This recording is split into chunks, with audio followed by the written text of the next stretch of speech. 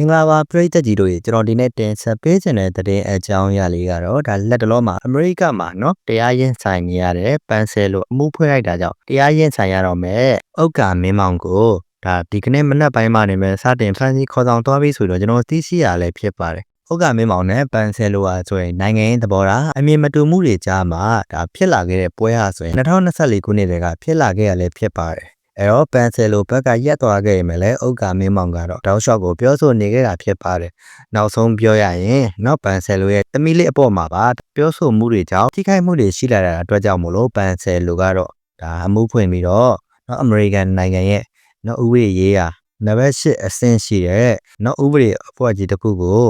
ငားပြီးတော့မှဒါဥက္ကာမင်းမောင်အပေါ်ဆွဲချက်တင်လိုက်ပြီးပဲဖြစ်ပါတယ်ဒါနဲ့ပတ်သက်ပြီးတော့မှဥက္ကာမင်းမောင်ကတော့အမှုရင်ဆိုင်ဖို့တရားရုံးစည်းရင်မရှိလို့သူ့ရဲ့တီရှပ်အင်ကြီးလေးထုံရောက်မဲ့ဆိုပြီးတော့ဝမ်းနဲ့သွားနဲ့ရေးတင်လာခဲ့တာပဲဖြစ်ပါတယ်အဲ့ဒါနဲ့မစစ်မနှောင်းမှာပဲဒီနေ့သတင်းလေးမှာတော့ဥက္ကာမင်းမောင်ကဆိုရင်ဒီနေ့မနက်ပိုင်းမှာပဲဝင်ရောက်နော်ဖန်စီခံခဲ့ရဆိုတော့ကျွန်တော်သိရှိရလဲဖြစ်ပါတယ်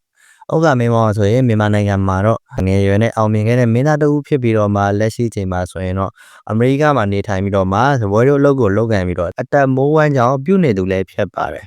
အဲ့တော့ဥက္ကာမင်းမောင်ဟာဆိုရင်သူရဲ့လက်ရှိအခြေအနေကတော့မြန်မာနိုင်ငံကိုပြန်ပို့ခံဖို့တခြားသလောက်ရှိနေတာဖြစ်ပြီးတော့မှသူပြရတဲ့အခါကျရင်တော့မြန်မာနိုင်ငံမှာအမှုပညာအလုပ်တွေကိုလိုလတ်လုပ်ကင်ခွင့်ရတော့မလားဆိုတာကတော့ကျွန်တော်တို့ဆက်လက်စောင့်ကြည့်ရမှာပဲဖြစ်ပါတယ်ဗျ